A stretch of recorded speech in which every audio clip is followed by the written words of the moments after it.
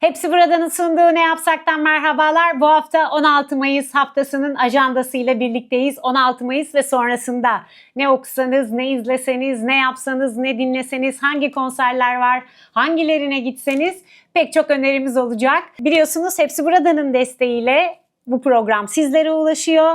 Türkiye'nin en çok tavsiye edilen e-ticaret sadakat programı da Hepsi Burada Premium 3.7 milyon kullanıcıya ulaştı ve bu sadece alışverişle ilgili değil, alışveriş avantajları ile ilgili değil, yaşamın birçok alanına dokunan bir kulüp de diyebiliriz aslında bence buna. Hepsi Burada Premium Sadakat Programı'na. Burada Premium üyeleri hem ücretsiz kargo, alışverişlerde %3 kazanç avantajına ulaşırken aynı zamanda dijital içerikleri de avantajlarla izliyorlar. Biliyorsunuz Blue TV Max'e taşındı ve Blue TV'nin Max'e taşınmasıyla birlikte kullanıcılar hiçbir işlem yapmadan Max'e ulaşabiliyorlar. Hazır Max demişken önce ne izlesek de başlayalım, ne dersiniz?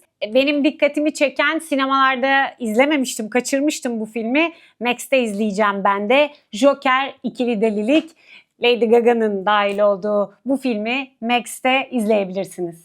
Ve şimdi bir önerim de Prime'dan. Eğer sanat yapımlarına meraklıysanız, sanatın perde arkası, sanatçıların hikayeleri, onların egoları, bu kültür sanat platformlarının, kültür sanat kurumlarının arka planlarında neler olduğu konusunda merakınız varsa, merak ediyorsanız, ilgileniyorsanız It12 tam size göre Prime'da o da. Kısaca hikayesi şöyle: New York'tan bir bale ve Paris'ten bir bale. Zamanla bunlara gösterilen ilgi bulundukları şehirlerde düştüğü için yer değiştirmeye karar veriyorlar. Ve ondan sonra bu yer değiştirdikten sonra başına gelenler anlatılıyor bu yapımda. It12'i Prime'da izleyebilirsiniz. Prime'dan bir film daha önermek istiyorum. It12 bu arada diziydi. Bir de film önermek istiyorum. Çünkü benim dijital platformlara gelsin diye beklediğim filmlerden bir tanesiydi. Ve biz de röportaj yapmıştık, hatırlayacaksınız. Mukadderat. Evet, Mukadderat'ın Altın Portakal Film Festivali'nde en iyi film ve en iyi kadın oyuncu ve en iyi yardımcı erkek oyuncu olmak üzere 3 portakalı vardı. Onu da hatırlatalım. Ve kimler oynuyordu? Nur Sürer, Aslan Gürbüz, Osman Sonant gibi önemli ve çok başarılı oyuncularımız vardı. Yönetmen de Nadim Güç. Mukadderat'la ilgili merak ettiklerinizi Aysun Öz'le Başka Şeyler'deki Mukadderat röportajımızda bulabilirsiniz. Güzel ve tatlı bir sohbet olmuştu. Filmi de izleyin, röportajı da izleyin, beğeneceksiniz. Biliyorsunuz şu sıralar Cannes Film Festivali devam ediyor ve Robert De Niro'ya onur ödülü verildi. Ben de şanslı gazetecilerden biriyim. Robert De Niro'yla 2 kez röportaj yapma ve görüşme fırsatım olmuştu. Biri Londra'da, biri de İstanbul'da. O yüzden dün yaptığı Cannes'daki konuşma gerçekten çok etkiliydi. Ve sanki karşımda konuşurmuş gibi de hissettim bir taraftan. Ve dedi ki sanatın gücünün altını çizdi bu konuşmasında Robert De Niro ve şöyle dedi: sanat gerçektir, sanat çeşitliliği kucaklar. İşte bu yüzden sanat dünyanın otokratları ve faşistleri için bir tehdittir. Amerika'nın cahil başkanı kendisini Amerika'nın önde gelen kültür kurumlarından birinin başına atadı. Sanata, beşeri bilimlere ve eğitime ayrılan fonları ve desteği kesti. Şimdi de ABD dışında yapılan filmlere %100 gümrük vergisi getireceğini açıkladı. Yaratıcılığa fiyat koyamazsınız. Bu sadece Amerika'nın değil, küresel bir sorun dedi Robert De Niro konuşmasında. Çok etkileyici, sanatın gücüne ve sanatçının ne kadar çok söyleyecek şeyi olduğuna da güzel bir örnekti bence. Cannes dedik ve nerelere geldik bir taraftan da. İlk kez 77. Cannes Film Festivali'nde Cannes Premier bölümünde gösterilen Ben Değilim, It's Not Me. Fransız sinemasının farklı, o ayrıksı yönetmenlerinden diyorlar kendisine. Leo Carax'ın 40 yılı aşkın sinema kariyerine dair deneysel bir otoportre filmi bu. Ben Değilim. Mubi'de izlenebilir. Dediğim gibi bu hafta böyle sanat içerikli diziler ve filmler önermiş gibi oldum ama neyse bir Türk yapımı da önerdik, Mukadderat. O da burada. Ayrıca Netflix'te de You'nun 5. sezonu gösterime girdi. Yanlış hatırlamıyorsam You'nun 3. sezonunda Pembecili İstanbul'a gelmişti ve ne mutlu bana ki onunla da bir röportaj yapma şansı bulmuştum. Ve 5. sezonu, yanlış hatırlamıyorsam son sezonuyla You'yu seviyorsanız ben 3 sezonunu röportaj yapacağım için izlemiştim böyle arka arkaya. Bir süre sonra gerçekten psikolojim bozulmaya başlamıştı. Çünkü izleyenler bilir. Biraz gerilim ve şimdi ne olacak? Yine bu kadınlara ne eziyet edecek diye böyle sinirlenerek izlediğimiz sürükleyici bir yapım. 5. sezonunda merak ediyorsanız Netflix'te yayında. Şimdi de konserlere gelelim. Bahar geldi. Neticede açık hava konserleri özellikle çok gündemimize girmeye başladı. Açık hava ya da kapalı mekanlarda fark etmez. Konserlerin hepsi şu ara en çok ihtiyacımız olan şeylerden bir tanesi birlikte şarkı söylemek ve tüm bu gündemin yükünü ya da hayatın getirdiği bu yükleri atmak için de çok önemli bir fırsat olarak düşünüyorum. Zira birlikte eğlendiğimizde, birlikte şarkı söylediğimizde, birlikte bağırdığımızda, birlikte ses çıkardığımızda iyileşiyoruz ve bize çok iyi geliyor. Ve 2 Haziran'da kim geliyor? 2 Haziran'da Guns N' Roses Türkiye'ye geliyor. BKM ve TGA'nın işbirliğiyle Guns N' Roses'ı 2 Haziran'da Beşiktaş Tüpraş Stadyumunda dinleyebileceğiz. Ne mutlu bize. Guns N' Roses deyince tabii böyle bir demek gereği hissediyor insan. Çünkü tam kadro ve orijinal grup üyeleriyle geliyor grup. Dolayısıyla bu çok önemli hem İstanbul için hem de İstanbullu müzik severler için. Biletleri satışta ve yoğun bir ilgi var. Meraklıysanız İstanbul'da dünya gözüyle bir Guns N' Roses dinlemek istiyorum diyorsanız bence bu konser kaçmaz. BKM'nin 30. yıl etkinlikleri kapsamında. Hadi İstanbul'dan Antalya'ya gidelim, ne dersiniz? Biz çekimi yaparken şu anda herhalde sahneye çıkmıştır diye düşünüyorum. Sevgili İbrahim Maluf Akra Jazz Festivali'ni başlattı. Evet, Antalya'nın önemli festivallerinden bir tanesi Antalya Akra Jazz Festivali. Bu sene 8.'si gerçekleşiyor. Geçen yıl olduğu gibi bu yıl da İbrahim Maluf açtı. Ama İbrahim Maluf yalnız değil, geçen yıl olduğu gibi yine The Trumpets of Michelangelo, yani o muhteşem grubuyla birlikte sahneye çıktı şu dakikalarla. Ben bu çekimi yaparken orada olmayı çok isterdim ama İstanbul'da çok iş vardı, gidemedim açılışına. İnşallah önümüzdeki hafta farklı röportajlar için biz de Akra Jazz'da olacağız. Hatta kapanışta da orada olmayı planlıyoruz. Çünkü benim en sevdiğim festivallerden bir tanesi Akra Jazz. Antalyalılar çok iyi gösteriyor açık havada. Antalya'nın muhteşem denizi, deniz manzarası, arkada Toroslarla bir kendinizi tablonun içinde hissediyorsunuz adeta. Bu sene Akra Jazz'da kimler var? Hemen onları da söyleyeyim. Sadece İbrahim Maluf yok tabii ki. Alen, Blue Kiss Collective ve Emre Berk Trio sahne Akra Genç Jazz konserleri kapsamında 16 Mayıs'ta sahne alacak. Grammy ödüllü vokalist ve multi-enstrümantalist Richard Bona ve grubu 17 Mayıs'ta. Caz vokalinin en önemli isimlerinden Kurt Elling, gitarist Charlie Hunter ve Super Blue 21 Mayıs'ta. R&B, blues, pop ve cazı şiirsel bir duyarlılıkla harmanlayan, ki ben de çok severim, Melody Gardot 23 Mayıs'ta ve Afrika'nın ruhunu müziğe yansıtan vokalist ve gitarist Melody Gardot'u olduğu gibi onu da daha önce İstanbul Jazz Festivali'nde dinlemiştik. Fatoumata Divara 24 Mayıs'ta, dünyaca ünlü saksafon sanatçısı Igor Butman, Moskova Caz Orkestrası ve vokalde Fantin'le birlikte 28 Mayıs tarihinde Akra Jazz'da bizlerle birlikte olacak ve her yıl olduğu gibi Akra Jazz'ın kapanışını yine dünyaca ünlü bestecimiz ve piyanistimiz Fazıl Say yapıyor. 30-31 Mayıs tarihlerinde piyano başında 50 yıl temalı 2 özel konserle Fazıl Say Akra Jazz Festivali'nde olacak ve ona çok sevdiğimiz Ferit Odman eşlik edecek. Akra Jazz'ı mümkünse fırsatınız olursa mutlaka kaçırmayın derim. Evet, şimdi Antalya'dan İstanbul'a dönelim. Bu da benim dinlemek istediğim konserlerden bir tanesi. Diyeceksiniz ki bu ajandayı kendine mi yapıyorsun? Yani evet, yani beğendiğim şeyleri koyduğumu inkar edemem. Yoksa hani ajandayı niye yapalım? Biraz hani benim sevdiğim, biraz genele hitap eden tabii ki pek çok şey var. Hepsini sevmem ya da sadece bana özel bir ajanda değil ama sevdiğim şeyleri koymayı seviyorum. Çünkü daha böyle gönülden rahat rahat anlatıyorum tüm bunların hepsini. Evet, niye geldik İstanbul'a Antalya'dan? Çünkü Küçük Çiftlik Park'ta 17 Mayıs'ta Gaye Su Akyol konseri var ve böylece Küçük Çiftlik Park sezonu, yaz sezonunda Gaye Su Akyol konseriyle 17 Mayıs'ta açıyor. Evet, Küçük Çiftlik Park'ın şöyle bir güzel tarafı var. Şehrin içerisinde ulaşımı kolay, açık hava ve gençler orada olmayı seviyor. Dolayısıyla Küçük Çiftlik Park sahnesine de bu yeni sezonda tüm sahnelere olduğu gibi başarılar diliyoruz. Gişeleri bol olsun, konserleri dolsun taşsın. Ama Gaye Su Akyol konseri de kaçmaz. Ne zamandır ben de canlı dinlememiştim. Dolayısıyla Gaye Su Akyol'un o muhteşem yorumu, farklı sesi, şarkılarının içeriği, derinliği güzel bir yaz akşamı olacak bence. 17 Mayıs gecesi, 17 Mayıs Cumartesi akşamı Küçük Çiftlik Park'ta Gaye Su Akyol konseri. Hadi şimdi İstanbul Modern'e gidelim. Küçük Çiftlik Park'tan çok da uzak değil ama günler farklı tabii. 23 Mayıs'ta Uzun Cuma kapsamında kim sahne alacak? Evrencan Gündüz akustik performansıyla seyircilerine, izleyicilerine seslenecek Evrencan Gündüz. İstanbul Modern'in Uzun Cuma programı kapsamında 23 Mayıs'ta. Kaçırmayın. Ve hazır İstanbul'a gelmişken, İstanbul'dayken altını çizelim, hatta hatırlatalım. İKSV'nin İstanbul Müzik Festivali yaklaşıyor. 53. kez gerçekleşecek İKSV'nin 53. İstanbul Müzik Festivali ve 11-26 Haziran tarihlerinde düzenlenecek. Daha önce de söylediğim gibi festivalin tanıtım basın toplantısında kimler var kimler yok diye bize bir bilgi verilmişti.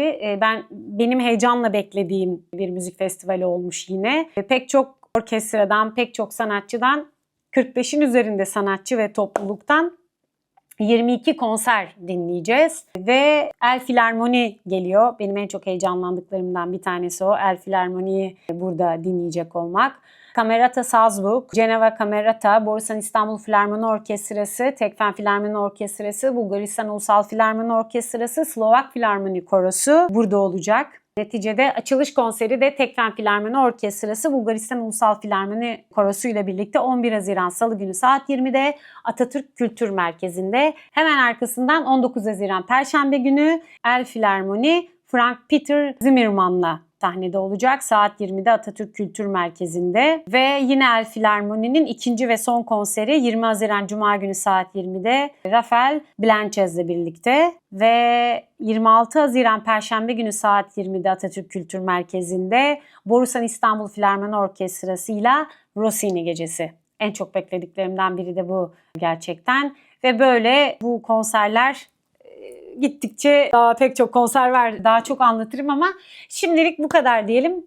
Satışta biletleri İstanbul Müzik Festivali'nin, dolayısıyla hem biletlerin satışta olduğunu hatırlatmak hem de bu önemli konserleri, önemli Filarmoni'nin konserlerinde tekrar altını çizmek istedim. Hemen buradan İstanbul Müzik Festivali'nden nereye geçiyoruz? İzmir'e geçelim. Evet, memleketime gidelim hadi. Çünkü İzmir'de canım Göztepe'min Göztepe Stadyumunda 31 Mayıs'ta kim var? Mor ve Ötesi. İzmirliler 31 Mayıs'ta Göztepe Stadyumunda Mor ve Ötesi konseri bence kaçmaz. Evet, İzmir'den sonra AKM'ye gidelim hadi, ne dersiniz? AKM'de neler var? Hemen başlıyoruz. 22 Mayıs Perşembe günü Doğudan Batıya Barok Eserler konseri var. Sultans of the Opera AKM Tiyatro Salonu'nda gerçekleşecek bu konser. 22 Mayıs Perşembe günü ve 29 Mayıs Perşembe günü ise Bulgar konuk topluluk Sofya Opera ve Balesi Elektra Operası'yla sahne alacak. Türk Telekom opera sahnesinde olacak. Bulgaristan'dan gelen konuk topluluk Sofya Opera ve Balesi. 30 Mayıs Cuma günü modern dans eseri Delirium dünya premieri yapacak. Evet, bunun altını çizelim. Modern dans eseri Delirium dünya premierini 30 Mayıs Cuma günü AKM Tiyatro Salonu'nda yapılacak. Bu da 16. Uluslararası İstanbul Opera ve Bale Festivali kapsamında gerçekleşecek. Rus St. Petersburg Efman Balesi Anna Karenina bale eserini sahneleyecek. Ne zaman? 31 Mayıs Cumartesi günü ve 1 Haziran Pazar akşamı saat 20'de. Türk Telekom opera sahnesinde olacak Anna Karenina. Anna Karenina'yı sevenler bunu kaçırmasın çünkü Rusya'dan geliyor Anna Karenina gerçekten. O yüzden ben kaçırmayı düşünmüyorum. İnşallah bir aksilik olmaz. 31 Mayıs'ta ben de izlerim. Ve tüm dünyada yine inanılmaz bir başarı kazanmış başka bir esere geçiyoruz. Ve 2-3 Haziran Pazartesi ve Salı günü saat 20'de yine St. Petersburg'dan gelen Efman Balesi tarafından Rus Hamlet Balesi 2 temsille sahnede olacak.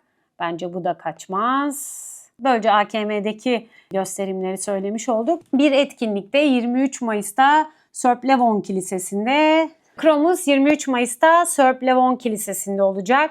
Başak Doğan yönetimindeki Kromas 10. yıl sahne serisine beklenen kilise konseriyle dönüyor demişler bülteninde. 23 Mayıs'ta Kadıköy'deki Sörp Levon Kilisesi'nde gerçekleşecek konserin biletleri tahmin edersiniz ki sınırlı. O yüzden meraklıysanız şimdiden biletleri alın. Hemen buradan bir de sefaret müziğinin Türkiye'deki önemli temsilcilerinden Janet ve Jacques Esme bu müzik yolculuklarında, bu kültürü yansıtmak istedikleri müzik yolculuklarında aile mirasının yeni kuşağı Yusuf Esim de katılıyor ve farklı bir derinlikle ilerliyorlar artık. İkilinin ilk kez bir araya geldiği albüm çalışması Romans del Alma, sefaret ve İspanyol müzik geleneğini özgün ve samimi bir yorumla buluşturuyor. Ve 2021 yılında atılan o albümün sağlam temelleriyle birlikte albüm bitti. 10 eserden oluşan Romans del Alma 4 yıllık titiz bir çalışmanın ürünü olarak artık piyasada. Ve bir enstelasyon çalışması ile ilgili bir önerim olacak. 5. Art Contact İstanbul Çağdaş Sanat Fuarı'nda Uzak Doğu kültüründen ilham alan popüler kedi karakteri Hiromita ile tanınan Türk-Tayvan kökenli çağdaş sanatçı Anki şimdiye kadar gerçekleştirdiği en kapsamlı interaktif sanat enstelasyonu Hiromita Kalbin Çağrısına Yolculuğun İstanbul edisyonuyla 5. Art Contact İstanbul Çağdaş Sanat Fuarı'nda olacak. 21-25 Mayıs tarihleri arasında Yenikapı Avrasya Sanat ve Gösteri Merkezi'nde gerçekleşiyor bu fuar. Onu da söylemiş olalım. Evet, bir sergi haberi de Labirent Sanat ve Beykoz Üniversitesi Sanat ve Tasarım Fakültesi işbirliğinde küratörlüğünü Selman Akıl'ın üstlendiği Doğal Paradokslar sergisi 10 Mayıs 7 Haziran tarihleri arasında izleyiciyle buluşuyor. Doğal paradokslar insan ve doğa arasındaki karmaşık ve çoğu zaman çelişkili ilişkiyi konu ediyor. Hani biz çok doğayı korumaya çalışıyoruz. Bir sürü sürdürülebilirlik hedeflerimiz var ve her fırsatta da şehirden doğaya göç etmeye çalışıyoruz ama bir taraftan da onu mahvediyoruz. Yani bu paradoks ilişkisini masaya yatırmış bu sergi. Dolayısıyla içinden çıkamadığımız bu paradoksu Doğal Paradokslar sergisinde enstelasyon, fotoğraf, heykel ve dijital sanat gibi farklı mecralar aracılığıyla belki anlayabiliriz. Bir sergi haberimizde İyilik İçin Sanat Derneği'nin İstanbul Konsept Galeri İşbirliği ile düzenlediği Yankı Odası sergisi. Yankı Odası sergisi küratörlüğünü Işık Gençoğlu'nun üstlendiği bu sergide 25 genç sanatçının 45 çalışması yer alıyor. Yankı Odası sergisi İstanbul Konsept Galeri'de görülebilir. Ve bir sergide Reyhan Uludağ'dan, Reyhan Uludağ'ın 20. kişisel sergisi. Dile kolay 20. kişisel sergi. Dijital insancık ve bana çizgini anlat. Evet, ne güzelmiş ismi. Hem 20. kişisel sergisi olması çok önemli zaten. Hem de dijital insancık ve bana çizgini anlat. İsmi olarak çok etkileyici ve merak uyandırıcı gerçekten. Reyhan Uludağ'ın zaten ne kadar üretken bir insan olduğunu 20. kişisel sergisi olmasından anlarsınız. Reyhan Uludağ'ın 20. kişisel sergisi Dijital İnsancık ve Bana Çizgini Anlat 17 Mayıs Cumartesi günü GNG Sanat Merkezi Beyaz Köşk'te sanatseverlerle buluşuyor ve 31 Mayıs'a kadar da sergi devam edecek. Sergide tuval üzerine yapılmış çalışmalar, 3 boyutlu eserler ve dijital işler yer alıyor. Ayrıca bu sergi kapsamında 24 Mayıs Cumartesi günü ünlü oyuncu Tamer Levent'in Art Shop yayıncılıktan çıkan Sanata Evet adlı kitabı içinde bir söyleşi ve imza günü olacak. Tamer Levent'i ben de çok severim. Arada sergilerde karşılaşıyoruz kendisiyle. Sadece ekranlarda değil, sergilerde karşılaşmak da çok güzel. Çünkü Tamer Levent sanatın her dalına evet diyen ve her dalına meraklı bir sanatçı. Bir sergide Metrohan'ın 3. katında Ziya Tacir'in Ses ve Sessizlik sergisiyle devam ediyoruz. Yeni açıldı bu sergi. Beyoğlu Tünel Meydanı'nın en güzel yapılarından biri biliyorsunuz. Tarihi Yarımada'yı da gören Metrohan. Metrohan'ın 3. katında fotoğraf sanatçısı Ziya Tacir'in söylediğim gibi Ses ve Sessizlik sergisi açıldı. 31 Ağustos'a kadar devam edecek. Pazartesi hariç her gün 10 ve 18 saatleri arasında metronun 3. katında ziyaret edilebilir. Sergiler de bu kadar. Biliyorsunuz sürdürülebilirlik, doğaya saygı, doğayı koruma, biraz önceki sergide de bunlardan bahsetmiştik. Çok gündemimizde ama sanatın yıllardır gündeminde ve yıllardır da anlatmaya çalışıyorlar. Bu ne kadar önemli bir şey, sürdürülebilirlik. Kendi hayatımızı korumak ve gelecek nesillere de yani doğru düzgün bir dünya bırakmak için bu konsepte pek çok etkinlik de düzenleniyor. Pek çok eser üretildiği gibi pek çok etkinlik de festival de düzenliyor. Onlardan bir tanesi de Upcycle İstanbul Art and Design Festivali ve 4.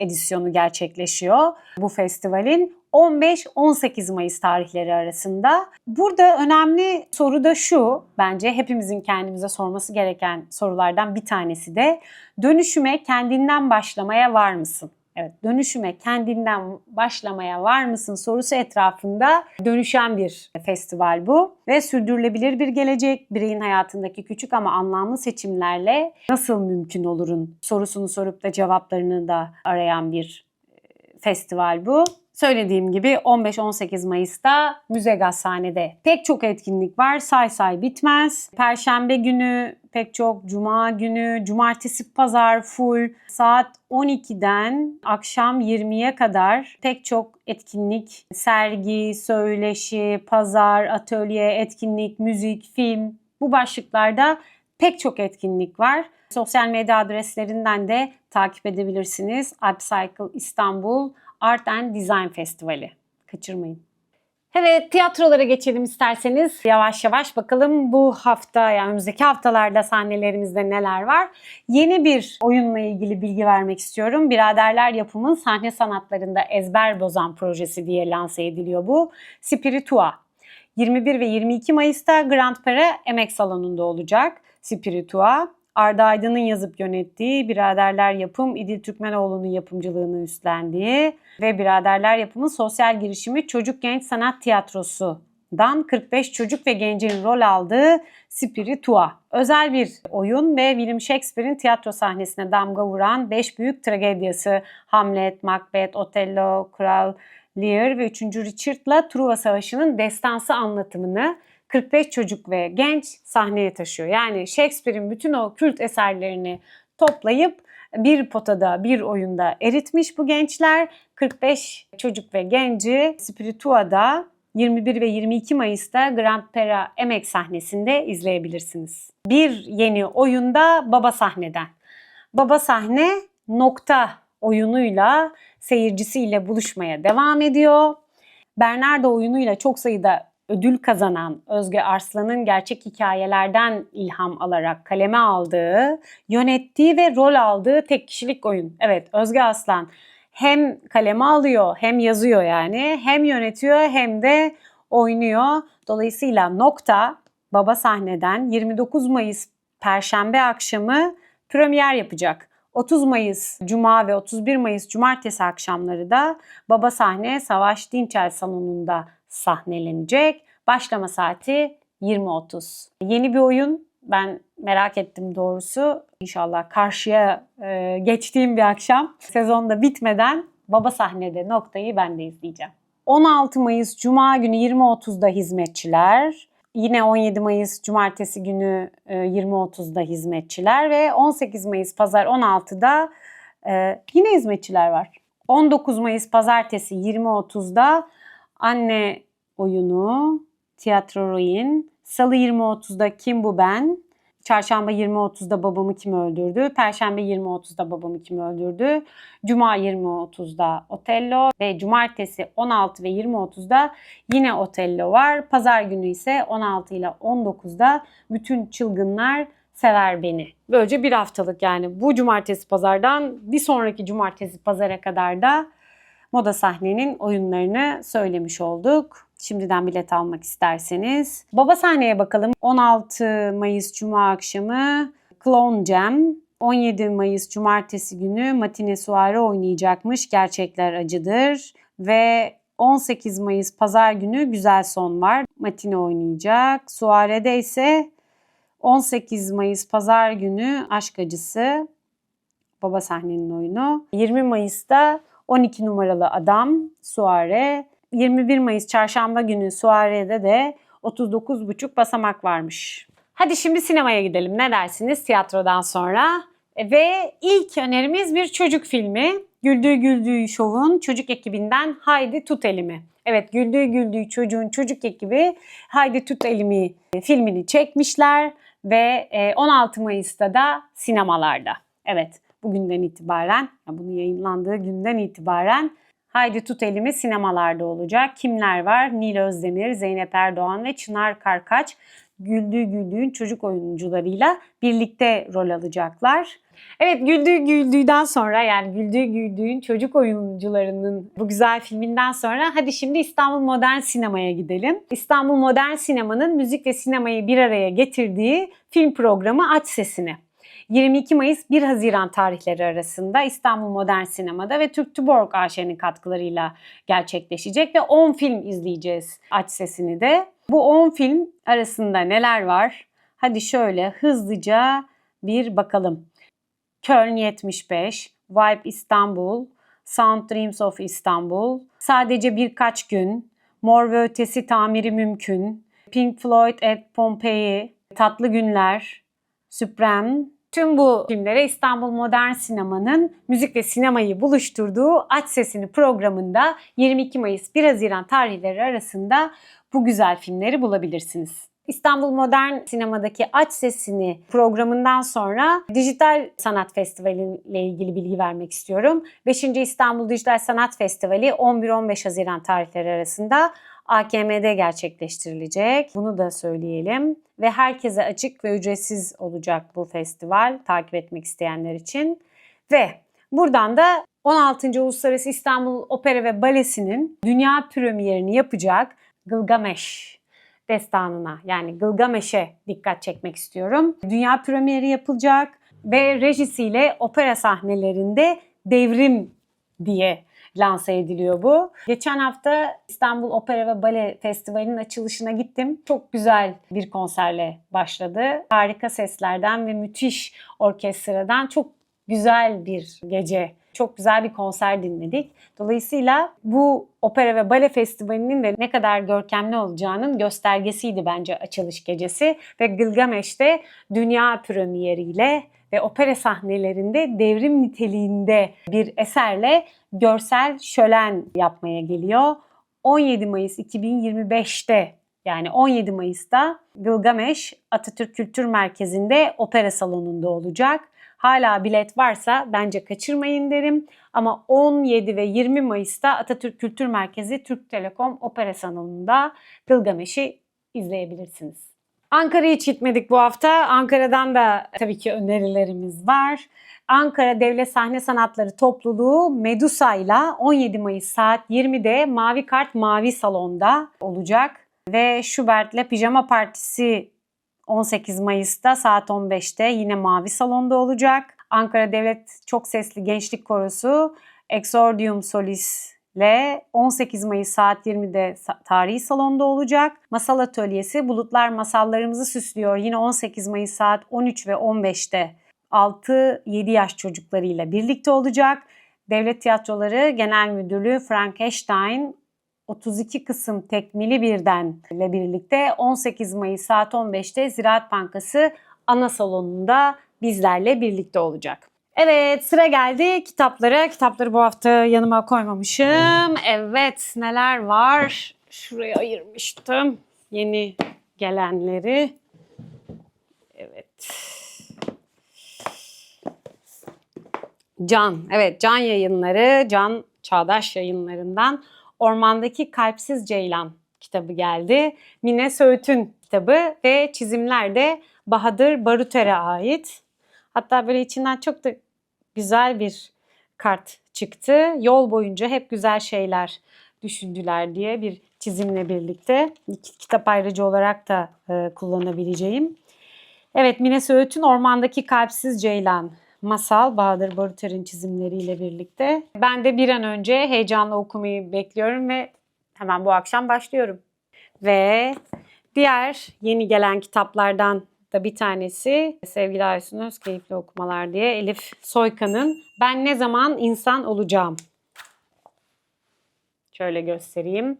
Beden özünü görmeni engelleyen parlak bir mücevherdir. Ne kadar çok parlatırsan ışığı seni o kadar kör eder demiş arka kapağında.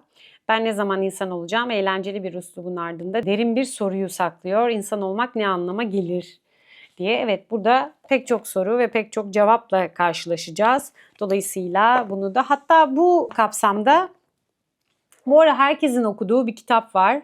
Pierre Frankie'nin Rezonans Kanunu. Benim de çok arkadaşım okuyor. Ben de bir an önce okusam iyi olur diye düşünmeye başladım. Çünkü kendimizle ilgili, bedenimizle ilgili, enerjimizle ilgili galiba çözmemiz gereken çok fazla şey var. Dolayısıyla bakalım, ben de okuyacağım, neler anlatıyor. Bu haftaki kitaplarımız da bu kadar. Çok uzun bir ajanda olduğunu farkındayım. Daha söyleyecek çok da şey var ama şimdilik bu haftalık bizden bu kadar. Hepsi Buradan'ın sunduğu Ne Yapsak'tan iyi haftalar diyorum. İyi okumalar, iyi izlemeler, iyi konserler. Güzel bir hafta olsun. Haftaya görüşmek üzere. Yorum yapmayı unutmayın. Sizin de önerilerinizi bekliyoruz bu arada. Şu oyuna gidin, bu konseri takip edin, harikaydı ya da kötüydü de diyebilirsiniz bu arada. Yorumlarınızı da bekliyoruz. Haftaya görüşmek üzere.